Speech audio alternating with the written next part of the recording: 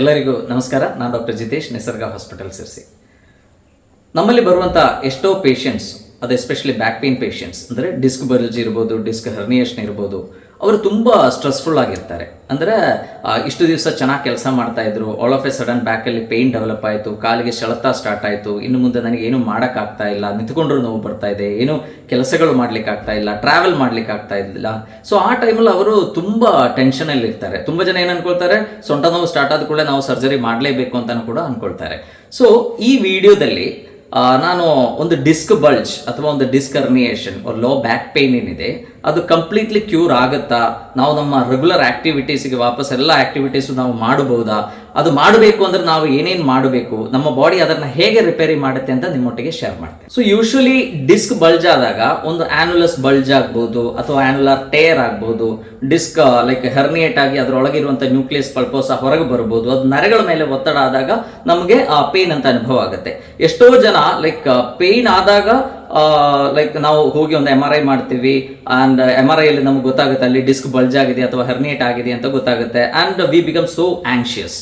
But ನಾವು random ಆಗಿ ಒಂದು 10 ಜನರ ಸೆಲೆಕ್ಟ್ ಮಾಡಿ ಅವ್ರದ್ದು MRI ಮಾಡಿ ನೋಡಿದ್ರೆ ಅದರಲ್ಲಿ 6 ಜನರಿಗೂ ಕೂಡ ಡಿಸ್ಕ್ ಬಲ್ಜ್ ಇರುತ್ತೆ, ಬಟ್ 6 ಜನರಿಗೂ ಪೇನ್ ಇಲ್ಲ. ಯಾಕೆ? ಯಾವಾಗ ಡಿಸ್ಕ್ ಬಲ್ಜ್ ಆಗಿ ಯಾವುದಾದ್ರೂ ನರದ ಮೇಲೆ ಒತ್ತಡ ಕ್ರಿಯೇಟ್ ಆಗುತ್ತೋ ಅಥವಾ ಆನ್ಯುಲಸ್ದು ಹೊರಗಡೆ ಪೋರ್ಷನ್ ಏನಿದೆ, ಹೊರಗಡೆ ಲೇಯರ್ಸ್ ಏನಿದೆ ಅದು ಕಟ್ಟಾದಾಗ ಅಲ್ಲಿ ತುಂಬಾ ನರಗಳಿರುತ್ತೆ. ಸೊ ಹಾಗಾಗಿ ನಮಗೆ ನೋವು ಅಂತ ಅನುಭವ ಆಗುತ್ತೆ. ಇಲ್ಲಾಂದ್ರೆ ಎಷ್ಟೋ ಜನರಿಗೆ ಡಿಸ್ಕ್ ಬಲ್ಜ್ ಇರುತ್ತೆ, ಅದು ಎಸಿಂಪ್ಟಮ್ಯಾಟಿಕ್ ಆಗಿರುತ್ತೆ. ನಾವು ಅರ್ಥ ಮಾಡ್ಕೋಬೇಕಾಗಿದ್ದೇನೆಂದ್ರೆ ಬಾಡಿ ಇಸ್ ಸಮಥಿಂಗ್ ಯುನೀಕ್. ಈಗ ನೀವೇ ವಿಚಾರ ಮಾಡಿ, ನಮಗೊಂದು ಗಾಯ ಆಗಿದೆ, ಕೈಯಲ್ಲಿ ಒಂದು ಕಟ್ ಆಗಿದೆ, ಅದೇನಾಗುತ್ತೆ ಸ್ವಲ್ಪ ದಿವಸದ ನಂತರ ನಿಧಾನಕ್ಕೆ ಅದೇ ಹೀಲ್ ಆಗ್ಲಿಕ್ಕೆ ಸ್ಟಾರ್ಟ್ ಆಗುತ್ತೆ.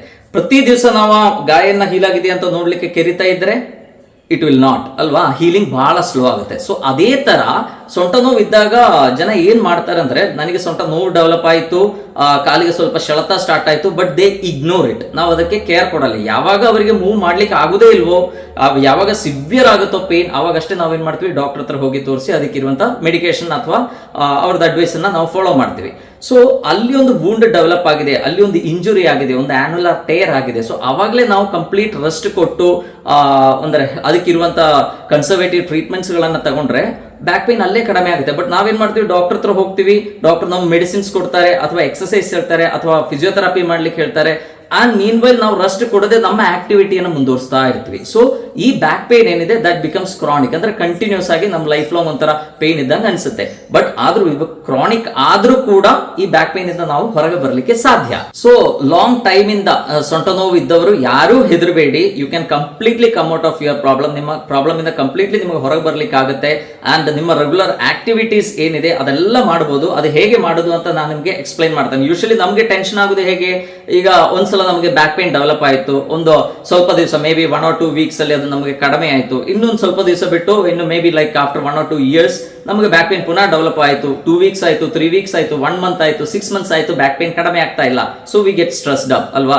ಈಗ ನಮ್ಮ ಫ್ರೆಂಡ್ಸ್ ಹತ್ರ ಕೇಳ್ತೀವಿ, ನಮ್ಗೆ ಯೂಶಲಿ ಇರುವ ಟೆಂಡೆನ್ಸಿ ಏನಂದ್ರೆ, ನಮಗೆ ಸೊಂಟ ನೋವು ಬಂದ್ರೆ ಅಥವಾ ಒಂದು ಸಿವಿಯರ್ ಡಿಸ್ಕ್ ಬಲ್ಜ್ ಏನೋ ಆಯ್ತು ಅಂತ ಆದ್ರೆ ನಾವು ನಮ್ಮ ಸುತ್ತಮುತ್ತಲಿರೋ ಎಲ್ಲರಿಗೂ ಹೇಳ್ತಾ ಇರ್ತೀವಿ, ಸರ್ ನನಗೆ ಡಿಸ್ಕ್ ಬಲ್ಜ್ ಆಗಿದೆ, ನಿನಗಾಗಿತ್ತಾ, ಈ ತರ ಪ್ರಾಬ್ಲಮ್ ಇತ್ತಾ, ಎಷ್ಟು ದಿವಸ ಬೇಕಾಗಿತ್ತು ಅದು ಸರಿ ಆಗ್ಲಿಕ್ಕೆ? ಅವ್ರು ಹೇಳ್ತಾರೆ, ನನಗೆ ಒಂದು 2 weeks ಅಲ್ಲಿ ಕಡಿಮೆ ಆಯಿತು, ನಂದು ಇನ್ನೂ ಕಡಿಮೆ ಆಗಿಲ್ಲ, ಸೊ ನನಗೆ ಇನ್ನು ಮುಂದೆ ಕೆಲಸ ಮಾಡ್ಲಿಕ್ಕೆ ಆಗಲ್ಲ, ನನ್ನ ಕಾಲಿಗೆ ಸೆಳೆತ ಇದೆ, ನನ್ನ ಕಾಲುಗಳು ವೀಕ್ ಆಗುತ್ತೆ, ನನಗೆ ನಡಿಯಕ್ಕಾಗಲ್ಲ. ಈ ತರ ಬಹಳಷ್ಟು ಸ್ಟ್ರೆಸ್, ಬಹಳಷ್ಟು ಟೆನ್ಷನ್ ತಗೊಂಡಿರ್ತಾರೆ. ಯಾಕಂದ್ರೆ ನಾವು ಇದು ರೆಗ್ಯುಲರ್ಲಿ ನೋಡ್ತೀವಿ. ನಮ್ಮ ಹತ್ರ ಬರುವಂತ ಎಷ್ಟೋ ಪೇಷಂಟ್ಸ್ ಈ ಡೌಟ್ ಅನ್ನು ಎಕ್ಸ್ಪ್ರೆಸ್ ಮಾಡ್ತಾರೆ. ಎಷ್ಟೋ ಜನ ನಮ್ಮ ಮುಂದೆ ಅಳ್ತಾರೆ, ಸರ್ ನನಗೆ ಸಣ್ಣ ಮಕ್ಕಳಿದ್ದಾರೆ, ನಾ ಇನ್ನು ಮುಂದೆ ಏನ್ ಮಾಡಬೇಕು, ಹೇಗೆ ಜೀವನ ಮಾಡಬೇಕು ಅಂತ ಹೇಳ್ತಾರೆ. ಸೊ ನೀವು ಯಾರು ಹೆದರಬೇಡಿ. ನಮ್ಮ ಈ ಬ್ಯಾಕ್ ಪೇನ್ ಏನಿದೆ ಅದರಲ್ಲಿ 90 to 95% of the back pain ಏನಿದೆ ಅದು ಕಂಪ್ಲೀಟ್ಲಿ ಕ್ಯೂರ್ ಆಗುತ್ತೆ. ಅದು ಡಿಸ್ಕ್ ಬಲ್ಜ್ ಇಂದ ಇರಲಿ, ಡಿಸ್ಕ್ ಹರ್ನಿಯೇಷನ್ ಇರಲಿ, ಅದು ಕಂಪ್ಲೀಟ್ಲಿ ಕ್ಯೂರ್ ಆಗುತ್ತೆ. ಸೊ ಒಂದು ಡಿಸ್ಕ್ ಬಲ್ಜ್ ಅಥವಾ ಒಂದು ಡಿಸ್ಕ್ ಹರ್ನಿಯೇಷನ್ ಬಾಡಿ ಹೇಗೆ ಕರೆಕ್ಟ್ ಮಾಡುತ್ತೆ ಅಂತ ನಾನು ಹೇಳ್ತೀನಿ. ಅಫ್ಕೋರ್ಸ್ ಅದಕ್ಕೆ ಲೈಕ್ ನೀವೇ ಟ್ರೀಟ್ಮೆಂಟ್ ಮಾಡಬಾರದು, ಡಾಕ್ಟರ್ ಹತ್ರ ಹೋಗಬೇಕು, ತೋರಿಸಬೇಕು, ಅದಕ್ಕಿರುವಂತ ಕನ್ಸರ್ವೇಟಿವ್ ಟ್ರೀಟ್ಮೆಂಟ್ಸ್ ತಗೊಂಡ್ರೆ ಅದು ಕಂಪ್ಲೀಟ್ಲಿ ಕಡಿಮೆ ಆಗುತ್ತೆ. ನಾವೇ ನೋಡ್ತೀವಿ ಎಷ್ಟೋ ಕೇಸಸ್ ನಮ್ಮಲ್ಲಿ ಬರೋರು ವಿತ್ ಇನ್ ಶಾರ್ಟ್ ಟೈಮ್ ಅವರು ಆರಾಮಾಗಿ ಹೋಗ್ತಾರೆ. ಅಂಡ್ ಬ್ಯಾಕ್ ಪೇನ್ ಅಲ್ಲಿ ಮೇನ್ಲಿ ಲೈಕ್ ಒಂದು ಅಕ್ಯೂಟ್ ಕಂಡೀಷನ್ ಇರಬಹುದು, ಮತ್ತೊಂದು ಕ್ರಾನಿಕ್ ಬ್ಯಾಕ್ ಪೇನ್. ಅಕ್ಯೂಟ್ ಅಂದ್ರೆ ನನಗೆ ಏನೋ ಒಂದು ವೇಟ್ ಲಿಫ್ಟ್ ಮಾಡಿದಾಗ ಸಡನ್ ಪೇನ್ ಡೆವಲಪ್ ಆಯಿತು, ತುಂಬಾ ಸಿವಿಯರ್ ಪೇನ್ ಆಯಿತು, ಆ ಟೈಮಲ್ಲಿ ನಾವೇನ್ ಮಾಡಬೇಕು, ಕಂಪ್ಲೀಟ್ ರೆಸ್ಟ್ ತಗೊಳ್ಳೇಬೇಕು. ಇಲ್ಲ ನನಗೆ ಕೆಲಸಕ್ಕೆ ಹೋಗಲೇಬೇಕು, ಇಲ್ಲ ನನಗೆ ಅದು ಮಾಡಲೇಬೇಕು ಅಂತ ಹೋಗಿ ನಾವು ಅದು ಮಾಡ್ಲಿಕ್ಕೆ ಹೋದ್ರೆ ಇನ್ನೂ ಅದು ಸಿವಿಯರ್ ಆಗುತ್ತೆ. ಯಾಕೆಂದ್ರೆ ಅದು ಅಕ್ಯೂಟ್ ಡಿಸ್ಕ್ ಬಲ್ಜ್ ಆಗಿರುತ್ತೆ, ಅದು ನರದ ಮೇಲೆ ಒತ್ತಡ ಕ್ರಿಯೇಟ್ ಮಾಡಿರುತ್ತೆ. ಸೊ ನಾವು ರೆಸ್ಟ್ ಕೊಟ್ರೆ ಆಟೋಮೆಟಿಕ್ಲಿ ಆ ನ್ಯೂಕ್ಲಿಯಸ್ ಪಲ್ಪೋಸ್ ಏನಿದೆ ಅದು ಆ ಬಲ್ಜ್ಡ್ ಪೋರ್ಷನ್ ಅಬ್ಸರ್ವ್ ಮಾಡುತ್ತೆ. ಇದರೊಳಗೆ ಇರೋದು ನೀರು. ಸೊ ಅದು ಅಬ್ಸರ್ವ್ ಆದಾಗ ಏನಾಗುತ್ತೆ, ನಮ್ಮ ಆನ್ಯುಲಸ್ ಎಲ್ಲ ರಿಪೇರ್ ಆಗುತ್ತೆ. ಸೊ ನಾವು ನಿಂತ್ಕೊಂಡಿದ್ರೆ ಕುತ್ಕೊಂಡಿದ್ರೆ ತುಂಬೊತ್ತು ಅದ್ರ ಮೇಲೆ ವರ್ಟಿಬ್ರೆ ಮೇಲೆ ಆ ವೆಯ್ಟ್ ಬೀಳ್ತಾ ಇರ್ತದೆ. ಬಟ್ ಯಾವಾಗ ನಾವು ರೆಸ್ಟ್ ಅಲ್ಲಿ ಇರ್ತೀವಿ, ಮಲ್ಕೊಂಡಿರ್ತೀವಿ ಹೆಚ್ಚು ಟೈಮ್, ಆವಾಗ ಆ ಡಿಸ್ಕ್ ಮೇಲೆ ಇರುವಂತ ಒತ್ತಡ ಕಡಿಮೆ ಆಗುತ್ತೆ, ಆ ಬಲ್ಜ್ ಆಗಿರುವಂತ ಡಿಸ್ಕ್ ಏನಿದೆ ಅದು ಸರಿಯಾಗುತ್ತೆ, ಅಥವಾ ಹರ್ನಿಯೇಟ್ ಆದ್ರೂ ಕೂಡ ಅದು ಸ್ವಲ್ಪ ಮಟ್ಟಿಗೆ ಲೈಕ್ ರಿಟ್ರಾಕ್ಟ್ ಆಗುತ್ತೆ. ಸೊ ಹಾಗಾಗಿ ಆ ನರಗಳ ಮೇಲೆ ಇರುವಂತ ಪ್ರೆಷರ್ ಕಡಿಮೆ ಆಗಿ ಪೇನ್ ಇಂದ ನಾವು ಹೊರಗೆ ಬರಲಿಕ್ಕೆ ಸಾಧ್ಯ. ಸೊ ಕೆಲವು ಕೇಸಸ್ ಅಲ್ಲಿ ಏನಾಗುತ್ತೆ, ಅಕ್ಯೂಟ್ ಆಗಿ ಡೆವಲಪ್ ಆಗುತ್ತೆ, 3 ಮಂತ್ ಸುಮಾರು ದಿವಸ ಆಯ್ತು, ಆಫ್ಟರ್ 2 ವೀಕ್ಸ್ ಆಲ್ಸೋ ಪೇನ್ ಕಡಿಮೆ ಆಗ್ತಾ ಇಲ್ಲ, ಕಂಟಿನ್ಯೂಸ್ಲಿ ಪೇನ್ ಇದೆ ಅಂತ ಆದ್ರೆ ಅದಕ್ಕೆ ನಾವು ಏನ್ ಹೇಳ್ತೀವಿ, ಕ್ರಾನಿಕ್ ಬ್ಯಾಕ್ ಪೇನ್ ಅಂತ ಹೇಳ್ತೀವಿ. ಸೊ ಆಫ್ಟರ್ ಒಂದು 2 to 3 ವೀಕ್ಸ್ ಆಫ್ ರೆಸ್ಟ್ ಮತ್ತೆ ನಾವು ರೆಸ್ಟ್ ಮಾಡೋದು ಅಷ್ಟು ಒಳ್ಳೇದಲ್ಲ. So chronic back pain patients ಇರೋರು ಏನ್ ಮಾಡಬೇಕು ಅಂದ್ರೆ ರೆಗ್ಯುಲರ್ ಆಗಿ ಎಕ್ಸಸೈಸ್ ಗಳನ್ನ ಮಾಡಬೇಕು. ಸೊ ಇದು ಹೇಗೆ ಬಾಡಿ ಇದನ್ನ ರಿಪೇರಿ ಮಾಡುತ್ತೆ ಅಂತ ನಾನು ಹೇಳ್ತೇನೆ. ಸೊ ಒಂದು ಡಿಸ್ಕ್ ಹರ್ನಿಯೇಷನ್ ಆದ್ರೆ ಆ ಡಿಸ್ಕ್ ಮಧ್ಯದಲ್ಲಿ, ನಾನು ಎಷ್ಟೋ ನಮ್ಮ ವಿಡಿಯೋಸ್ ಅಲ್ಲಿ ನಾನು ಹೇಳಿದ್ದೇನೆ ಡಿಸ್ಕ್ ಸ್ಟ್ರಕ್ಚರ್ ಹೇಗಿರುತ್ತೆ ಅಂತ. ಒಂದು ನ್ಯೂಕ್ಲಿಯಸ್ ಇರುತ್ತೆ, ಅದಕ್ಕೆ ಸುತ್ತಲೂ ಆನ್ಯುಲಸ್ ಫೈಬ್ರೋಸಾ ಅಂತ ಒಂದು ಟಫ್ ಟಿಶ್ಯೂ ಇರುತ್ತೆ. ಸೊ ಕೆಲವು ಸಲ ಈ ಆನ್ಯುಲಸ್ ಟೇರ್ ಆಗಿ ಅದರಿಂದ ಇದು ನ್ಯೂಕ್ಲಿಯಸ್ ಹೊರಗೆ ಬಂದಿರುತ್ತೆ. ಸೊ ಈ ನ್ಯೂಕ್ಲಿಯಸ್ ಒಳಗೆ ಇರುವಂತಹ ಹರ್ನಿಯೇಟೆಡ್ ಡಿಸ್ಕ್ ಒಳಗೆ ಏನಿದೆ, ನೀರಿನ ಅಂಶನೇ ಇದೆ.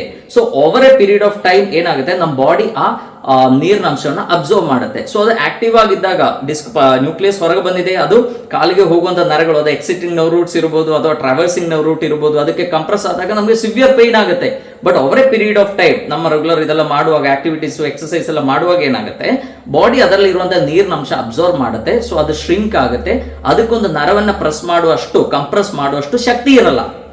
ಸೊ ನೀವು MRI, ಈಗ ನಮ್ಮಲ್ಲಿ ಬರೋ ಎಷ್ಟೋ ಪೇಷಂಟ್ಸ್ ಏನ್ ಮಾಡ್ತಾರೆ ಸರ್, 4 ಸಲ MRI ತಗೊಂಡಿದ್ದೇನೆ, 5 ಸಲ MRI ತಗೊಂಡಿದ್ದೇನೆ. MRI ಯಾವತ್ತೂ ಸೊಂಟ ನೋವಿಗಿರುವಂತ ಒಂದು ಚಿಕಿತ್ಸೆ ಅಲ್ಲ. ಸೊ ಅದು ನೀವು ಎಷ್ಟೇ ಸಲ ತಗೊಂಡು ನೋಡಿದ್ರು ಕೂಡ ಅದರಲ್ಲಿ ಆ ಹೊರಗಡೆ ಬಂದಿರುವ ಡಿಸ್ಕ್ ಏನಿದೆ, ಅದು ಹರ್ನಿಯೇಟೆಡ್ ಡಿಸ್ಕ್ ಏನಿದೆ ಅದು ತೋರಿಸ್ತಾ ಇರುತ್ತೆ, ಒಂದು ಬ್ಲಾಕ್ ಸ್ಪಾಟ್ ಆಗಿ ಅದು ಯಾವಾಗ್ಲೂ ಕಾಣ್ತಾ ಇರ್ತದೆ. ಸೊ ಅದು ನೋಡಿ ನೀವು ಹೆದರಬೇಡಿ. ಪದೇ ಪದೇ MRI ಮಾಡಿದ್ರೆ ನಿಮ್ಮ ಟೆನ್ಷನ್ ಅಷ್ಟೇ ಹೆಚ್ಚಾಗುತ್ತೆ ಬಿಟ್ಟೆ ಬ್ಯಾಕ್ ಪೇನಿಗೆ ಏನು ಸೊಲ್ಯೂಷನ್ ಸಿಗಲ್ಲ. ಒಂದು ಡಿಸ್ಕ್ ಹರ್ನಿಯೇಟ್ ಆದಾಗ ಆ ಹೊರಗಡೆ ಬಂದಿರುವ ಪೋರ್ಷನ್, ಲೈಕ್ ಡಿಸ್ಕ್ ಇಂದ ಹೊರಗಡೆ ಬಂದ ಆನ್ಯುಲಸ್ ಇಂದ ಹೊರಗೆ ಬಂದ ನರದ ಮೇಲೆ ಕಂಪ್ರೆಷನ್ ಆದಾಗ ಬಾಡಿ ಏನ್ ಮಾಡುತ್ತೆ, ಅದನ್ನ ಒಂದು ಫಾರಿನ್ ಬಾಡಿ ಅಂತ ಐಡೆಂಟಿಫೈ ಮಾಡುತ್ತೆ. ಫಾರಿನ್ ಬಾಡಿ ಅಂತ ಐಡೆಂಟಿಫೈ ಮಾಡಿ ನಮ್ಮ ಡಿಫೆನ್ಸ್ ಮೆಕ್ಯಾನಿಸಮ್ ಆಕ್ಟಿವೇಟ್ ಆಗಿ ಅದರಲ್ಲಿ ಇನ್ಫ್ಲಮೇಟರಿ ಪ್ರಾಸೆಸ್ ಎಲ್ಲ ಆಗಿ ಅಲ್ಲಿರುವಂತ ಕಂಪ್ರೆಷನ್ ಆಟೋಮ್ಯಾಟಿಕಲಿ ಅದು ಕಡಿಮೆ ಮಾಡುತ್ತೆ. ಇನ್ನೊಂದೇನು, ಲೈಕ್ ನಿಮಗೆ ಗೊತ್ತಿದೆ, ನಾವು usually chronic back pain patients ಇದ್ದಾಗ ನಾವು ರೆಗ್ಯುಲರ್ಲಿ ಅವರಿಗೆ ಹೇಳ್ತೀವಿ, ರೆಗ್ಯುಲರ್ ಆಗಿ ಎಕ್ಸಸೈಸ್ ಮಾಡಿ. ಈಗ ತುಂಬಾ ಜನರಿಗೆ ಏನಾಗುತ್ತೆ, ಒಂದು ಸ್ವಲ್ಪ ಎಕ್ಸಸೈಸ್ ಮಾಡಿ ಪೇನ್ ಕಡಿಮೆ ಆದ್ಕೊಳ್ಳಿ ಅವ್ರಿಗೆ ಮರ್ತೋಗ್ಬಿಡುತ್ತೆ, ಎಕ್ಸಸೈಸ್ ಮಾಡಲ್ಲ ರೆಗ್ಯುಲರ್ ಆಗಿ. ನಾವು ಎಷ್ಟೋ ಪೇಷಂಟ್ಸ್ ಲೈಕ್ ಟ್ರೀಟ್ಮೆಂಟ್ ಆಗಿ ಆರಾಮಾಗಿ ಹೋಗಿ 2-3 ಇಯರ್ಸ್ ನಂತರ ಬರ್ತಾರೆ ನಮ್ಮ ಹತ್ರ. ನಾವು ಕೇಳ್ತೀವಿ, ಎಕ್ಸಸೈಸ್ ಮಾಡ್ತಾ ಇದ್ರಾ? ಇಲ್ಲ ಸರ್, ಅವಾಗ ಕಡಿಮೆ ಆಗಿತ್ತಲ್ಲ, ಬಿಟ್ಟಿದ್ದೇನೆ, ಬಟ್ ಈಗ ಪುನಃ ಬ್ಯಾಕ್ ಪೇನ್ ಸ್ಟಾರ್ಟ್ ಆಗಿದೆ. ಸೊ ನೀವು ವ್ಯಾಯಾಮ ಮಾಡುವಾಗ ನಾನು ಹೇಳಿದೆ, ಇಂಟರ್ವರ್ಟಿಬಲ್ ಡಿಸ್ಕ್ ಏನಿದೆ, it acts like A cushion. So ಆ ಕುಷನ್ ಆಕ್ಷನ್ ಇದ್ದಾಗ ಅಲ್ಲಿ ರಕ್ತ ಸಂಚಾರ ಇಂಪ್ರೂವ್ ಆಗುತ್ತೆ. ಸೊ ರಕ್ತ ಸಂಚಾರ ಇಂಪ್ರೂವ್ ಆದಾಗ ಏನಾಗುತ್ತೆ, ಅಲ್ಲಿ ಹೀಲಿಂಗ್ ಪ್ರಾಸೆಸ್ ಬೇಗ ಆಗುತ್ತೆ. ಅದಕ್ಕೆ ನಾವು ರೆಗ್ಯುಲರ್ಲಿ ಎಕ್ಸಸೈಸ್ ಮಾಡಿ, ಎಕ್ಸಸೈಸ್ ಬಿಡಬೇಡಿ ಅಂತ ಹೇಳೋ ಉದ್ದೇಶನೇ ಅದು. ಆ ಆನ್ಯುಲಸ್ ಗೆ ಆಲ್ರೆಡಿ ನಮ್ಮ ಡಿಸ್ಕ್ ಗಳಿಗೆ ನಾ ಎಷ್ಟೋ ವಿಡಿಯೋಲಿ ಹೇಳಿದ್ದೇನೆ, ಡಿಸ್ಕ್ ಗಳಿಗೆ ರಕ್ತ ಸಂಚಾರ ತುಂಬಾ ಕಡಿಮೆ ಇದೆ. ಸೊ ಹಾಗಾಗಿ ಹೀಲಿಂಗ್ ತುಂಬಾ ಲೇಟ್ ಆಗುತ್ತೆ. ಸೊ ನಾವು ರೆಗ್ಯುಲರ್ ಆಗಿ ವ್ಯಾಯಾಮ ಮಾಡಿದಾಗ, ರೆಗ್ಯುಲರ್ ವಾಕಿಂಗ್ ಮಾಡಿದಾಗ, ಅಥವಾ ನಾವು ಹೇಳ್ಕೊಟ್ಟಿರುವಂತ ಪ್ರತಿಯೊಂದಕ್ಕೂ ಸಪರೇಟ್ ಸೆಟ್ ಆಫ್ ಎಕ್ಸಸೈಸ್ ಇದೆ, ಅದು ಮಾಡುವಾಗ ಏನಾಗುತ್ತೆ, ಆ ಡಿಸ್ಕ್ ಗಳಲ್ಲಿ ಇರುವಂತಹ ಆಕ್ಷನ್ ಇಂದ ಸರ್ಕ್ಯುಲೇಷನ್ ಇಂಪ್ರೂವ್ ಆದಾಗ ಆ ಟೈರ್ ಆಗಿರುವಂತಹ ಆನ್ಯುಲಸ್ ಏನಿದೆ ಅದು ರಿಪೇರಿ ಆಗ್ಲಿಕ್ಕೆ ತುಂಬಾ ಬೇಗ ಆಗುತ್ತೆ. ಅಂದ್ರೆ repair process will fast up. So ಹಾಗಾಗಿ ಕೂಡ ಇದು ಡಿಸ್ಕ್ ಬಲ್ಜ್ನ ಒಂದು ಕ್ರಾನಿಕ್ ಹರ್ನಿಯೇಟೆಡ್ ಕೇಸ್ ಏನಿದೆ ಅದರಿಂದ ನಮಗೆ ಹೊರಗೆ ಬರಲಿಕ್ಕೆ ಸಾಧ್ಯ. ಸೊ ಯಾಕೆ ಈ ಡಿಸ್ಕ್ ಬಲ್ಜ್ ಅಥವಾ ಹರ್ನಿಯೇಟೆಡ್ ಡಿಸ್ಕ್ ಕೇಸಸ್ ಅಲ್ಲಿ ತುಂಬಾ ಟೈಮ್ ಹಿಡಿತದೆ ಅಂದ್ರೆ ಈ ರಕ್ತ ಸಂಚಾರ ಕಡಿಮೆ ಇರೋದ್ರಿಂದ. ಒಳ್ಳೆ ಪೌಷ್ಟಿಕಾಂಶಗಳಿರುವಂತಹ ಆಹಾರ ಸೇವಿಸಿ, ಅವಾಗ ರಕ್ತ ಸಂಚಾರ ಸಿಕ್ಕುವಾಗ ಏನಾಗುತ್ತೆ, ಅದರಲ್ಲಿ ಇರುವಂತಹ ನ್ಯೂಟ್ರಿಯೆಂಟ್ಸ್ ಆನ್ಯುಲಸ್ಗೆ ಸಿಗುತ್ತೆ, ರಿಪೇರಿ ಪ್ರಾಸೆಸ್ ಫಾಸ್ಟ್ ಆಗುತ್ತೆ. ಸೊ ಹಾಗಾಗಿ ಡಿಸ್ಕ್ ಬಲ್ಜ್ ಪ್ರಾಬ್ಲಮ್ ಅಥವಾ ಡಿಸ್ಕ್ ಹರ್ನಿಯೇಷನ್ ಪ್ರಾಬ್ಲಮ್ ಇಂದ ನಮಗೆ ಹೊರಗೆ ಬರ್ಲಿಕ್ಕೆ ಸಾಧ್ಯ. ಸೊ ಇದೆಲ್ಲ ಆದ್ಮೇಲೆ ಈಗ ನಿಮ್ಮ ಆನ್ಯುಲಸ್ ರಿಪೇರ್ ಆಯಿತು, ಆ ಡಿಸ್ಕ್ ಶ್ರಿಂಕ್ ಆಯಿತು. ಸೊ ಅದಾದ್ಮೇಲೆ ನಾವೇನ್ ಮಾಡಬೇಕು, ರೆಗ್ಯುಲರ್ ಎಕ್ಸಸೈಸ್ ಮಾಡಬೇಕು.